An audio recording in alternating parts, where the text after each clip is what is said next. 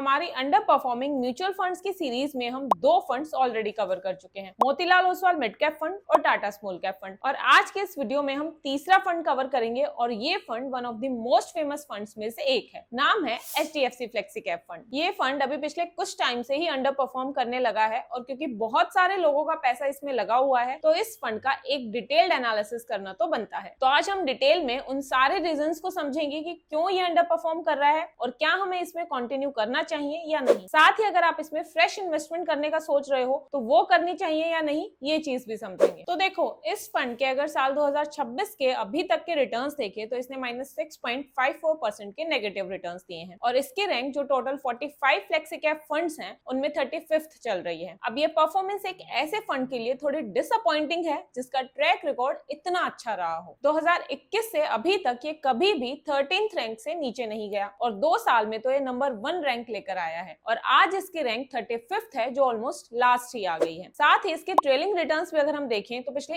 एक साल में इसने -0.61% के रिटर्न्स दिए हैं और यहाँ इसकी रैंक 22nd है। इसके बाद रिसेंट टाइम के रिटर्न रेशियोज और देखें तो वो सब भी बिलो कैटेगरी एवरेज हैं, फिर चाहे वो शार्पे रेशियो हो, टेन्योर रेशियो या फिर अल्फा। तो ये तो बात थी कि ये फंड रिसेंट टाइम में अंडर परफॉर्म कर रहा है। पर अब आगे मेन सवाल ये है कि इस अंडर परफॉर्मेंस के रीजंस क्या हैं? ऐसा क्या हुआ फंड को कि ये एकदम से लास्ट पर आ गया? तो देखो, इस अंडर परफॉर्मेंस के मेनली 3 कारण हैं। थोड़ा ध्यान से समझना, आपको पूरी पिक्चर क्लियर हो जाएगी। सबसे पहला रीजन है कि इस फंड का फंड मैनेजर अभी रिसेंटली ही चेंज हुआ है। पहले इस फंड को रोशी जैन मैनेज करती थी, लेकिन दिसंबर 2025 से HDFC ने रोशी जैन को चेंज कर दिया है और अब फरवरी 2026 से अमित गंतारा को अपॉइंट किया है। अब रोशी जैन का ट्रैक रिकॉर्ड अगर देखें तो काफी सॉलिड था। उन्होंने HDFC को जुलाई 2022 में ज्वाइन किया था और तब से लेकर दिसंबर 2025 तक इन 3 सालों में फंड ने कैटेगरी और बेंचमार्क दोनों को इजीली बीट किया और one of the best funds बना सभी कैटेगरीज के कंपैरिजन में। अब बात करें अमित गनात्रा की तो इनका प्रोफाइल भी काफी स्ट्रॉन्ग है। इनके पास भी लगभग 23 साल का एक्सपीरियंस है और HDFC से पहले ये इन्वेस्को इंडिया में हेड ऑफ इक्विटीज रह चुके हैं और इन्होंने वहां Invesco India flexi cap fund को मैनेज किया था। रिकॉर्ड इनका भी वहां अच्छा ही था। 3 साल के पीरियड में इन्होंने कैटेगरी और बेंचमार्क दोनों को बीट किया है। लेकिन यहाँ पे एक चीज इंटरेस्टिंग है, फंड मैनेजर चेंज होते ही फंड के अंदर कुछ चेंजेस भी दिखने शुरू हो गए हैं। जब से अमित गनात्रा आए हैं तब से फंड ने अपनी कैश होल्डिंग्स को काफी एग्रेसिवली कम कर दिया है। दिसंबर में फंड के पास लगभग 13.2% कैश होल्डिंग थी जो अप्रैल तक घटकर 4.9% रह गई। तो इसका सिंपल सा मतलब है कि नए फंड मैनेजर ने वेट एंड वॉच अप्रोच लेने की बजाय पैसे को जल्दी मार्केट में लगाना ज्यादा सही समझा। और एक बात याद रखना, जब भी फंड की स्ट्रेटेजी या इन्वेस्टमेंट स्टाइल में ऐसे चेंजेस आते हैं तो शॉर्ट टर्म में परफॉर्मेंस पे इंपैक्ट दिखता है, जैसे अभी दिख भी रहा है। और एक चीज, सिर्फ फंड मैनेजर चेंज होने का मतलब ये बिल्कुल नहीं होता कि फंड खराब हो गया है। बस ट्रांजिशन पीरियड में थोड़ा टाइम लग सकता है और इसी वजह से शॉर्ट टर्म में परफॉर्मेंस प्रेशर में आ सकती है। अब वीडियो के नेक्स्ट पॉइंट पर जाने से पहले एक इंपॉर्टेंट टूल उन लोगों के लिए जो stocks and mutual funds investments के साथ साथ ट्रेडिंग भी करते हैं। देखो, जब आप ट्रेडिंग करते हो ना तो सबसे बड़ी प्रॉब्लम पता है क्या होती है? एंट्री क्लियर नहीं होती,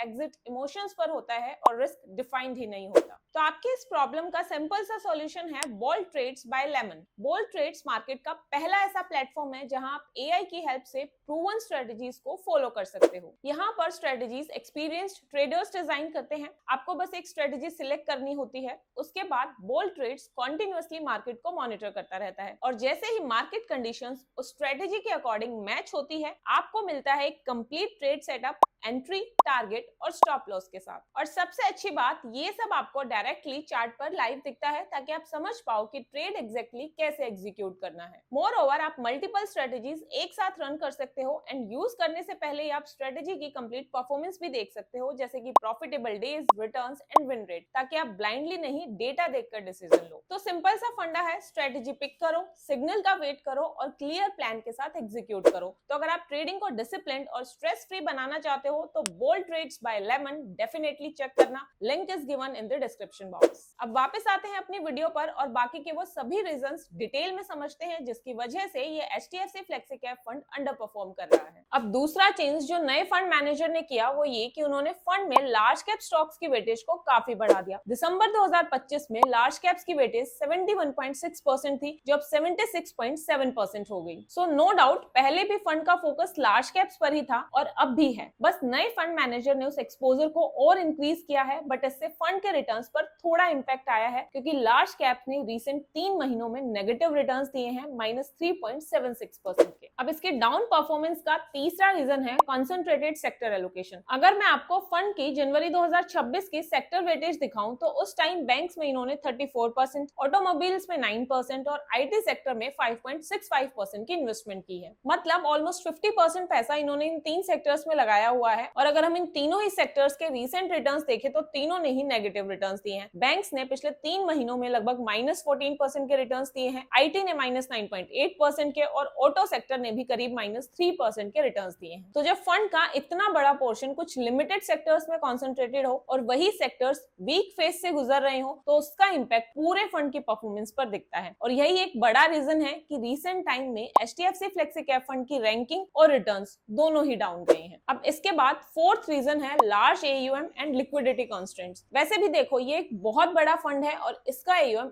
1 लाख करोड़ से भी ज्यादा है। और जब किसी फंड का साइज इतना बड़ा हो जाता है तो मिड कैप और स्मॉल कैप स्टॉक्स में एग्रेसिवली इन्वेस्ट करना थोड़ा मुश्किल हो जाता है क्योंकि वहां लिक्विडिटी कंपैरेटिवली कम होती है। अगर फंड बहुत बड़ा अमाउंट किसी स्मॉल या मिड कैप स्टॉक में इन्वेस्ट करे तो खरीदते टाइम भी प्राइस ऊपर जा सकता है और बेचते टाइम भी प्रेशर आ सकता है। इसलिए ही ऐसे बड़े फंड्स जनरली लार्ज कैप्स की तरफ ज्यादा टिल्ट करते हैं क्योंकि वहां लिक्विडिटी का इशू कंपैरेटिवली कम होता है। लेकिन इसका एक साइड इफेक्ट भी है, लार्ज कैप्स जनरली मिड और स्मॉल कैप्स के कंपैरिजन में थोड़ा कम रिटर्न्स देते हैं। तो जब फंड का साइज बड़ा होने की वजह से उसका एक्सपोजर लार्ज कैप्स की तरफ ज्यादा हो और वही लार्ज कैप्स वीक फेज से गुजर रही हो तो उसका इंपैक्ट फंड की ओवरऑल परफॉर्मेंस पर दिखना काफी नॉर्मल है। अब सबसे बड़ा सवाल ये है कि क्या ये अंडर परफॉर्मेंस टेम्पररी है या फंड में कोई परमानेंट प्रॉब्लम आ गई है। तो देखो मेरे हिसाब से तो अभी जो रीजंस हमने देखे जैसे कि फंड मैनेजर चेंज हुआ, स्ट्रेटेजी में चेंजेस, लार्ज कैप्स की ज्यादा एलोकेशन और कुछ सेक्टर्स का वीक फेज से गुजरना, ये ज्यादातर शॉर्ट टर्म फैक्टर्स लग रहे हैं। कोई ऐसी परमानेंट प्रॉब्लम तो नहीं दिख रही क्योंकि अगर फंड के फंडामेंटल्स या फिर इन्वेस्टमेंट प्रोसेस में कोई दिक्कत होती तो अंडर परफॉर्मेंस काफी टाइम तक कंटिन्यू रहती। लेकिन यहाँ अभी फंड के अंदर ट्रांजिशन फेज चल रहा है और ऐसे टाइम पर शॉर्ट टर्म में प्रेशर आ सकता है। हाँ, लेकिन दो चीजें हैं जो अब हमें आगे ट्रैक करनी है और ध्यान रखना है। पहली तो ये कि जो फंड का स्ट्रॉन्ग ट्रैक रिकॉर्ड है उसका मैक्सिमम हिस्सा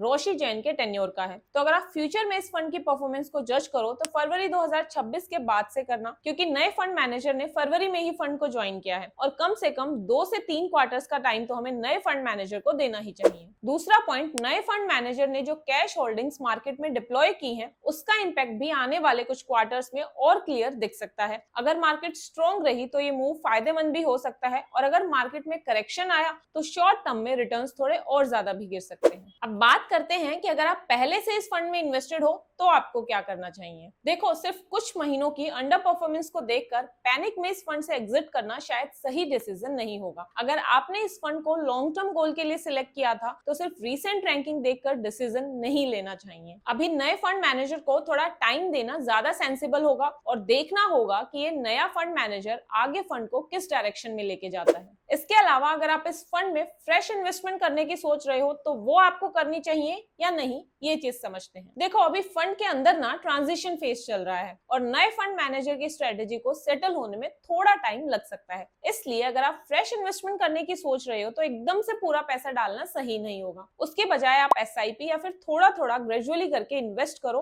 वो ज्यादा प्रैक्टिकल होगा। अब अगर आपको मेरी किसी भी वीडियो का कंप्लीट डेटा एक पीडीएफ फॉर्म में चाहिए फ्यूचर यूज के लिए प्लस स्टॉक मार्केट से रिलेटेड करंट और एक्सक्लूसिव डेटा की पीडीएफ्स भी चाहिए तो आप मेरे चैनल पर जाकर ज्वाइन बटन पर क्लिक करके लेवल 1 मेंबरशिप ज्वाइन कर सकते हो। इसके अलावा एक लेवल 2 मेंबरशिप भी है जिसमें मैं पीडीएफ्स के साथ साथ अपने मेंबर्स के लिए स्पेशल मेंबर ओनली वीडियोस भी डालती हूँ। अभी आपको स्क्रीन पर कुछ latest PDFs and member only videos के स्नैपशॉट शो भी हो रहे होंगे, तो आप चाहो तो लेटेस्ट अपडेट्स के लिए कोई भी मेंबरशिप ज्वाइन कर सकते हो। तो ये थी मेरी आज की वीडियो जिसमें मैंने एचडीएफसी फ्लेक्सी कैप फंड की अंडर परफॉर्मेंस के बारे में बिल्कुल डिटेल में डिस्कस किया। आगे आने वाले इस सीरीज में मैं और कौन से फंड्स को कवर करूं मुझे कमेंट्स में जरूर बताना। Thank you so much for watching, see you guys in next video, till then happy investing.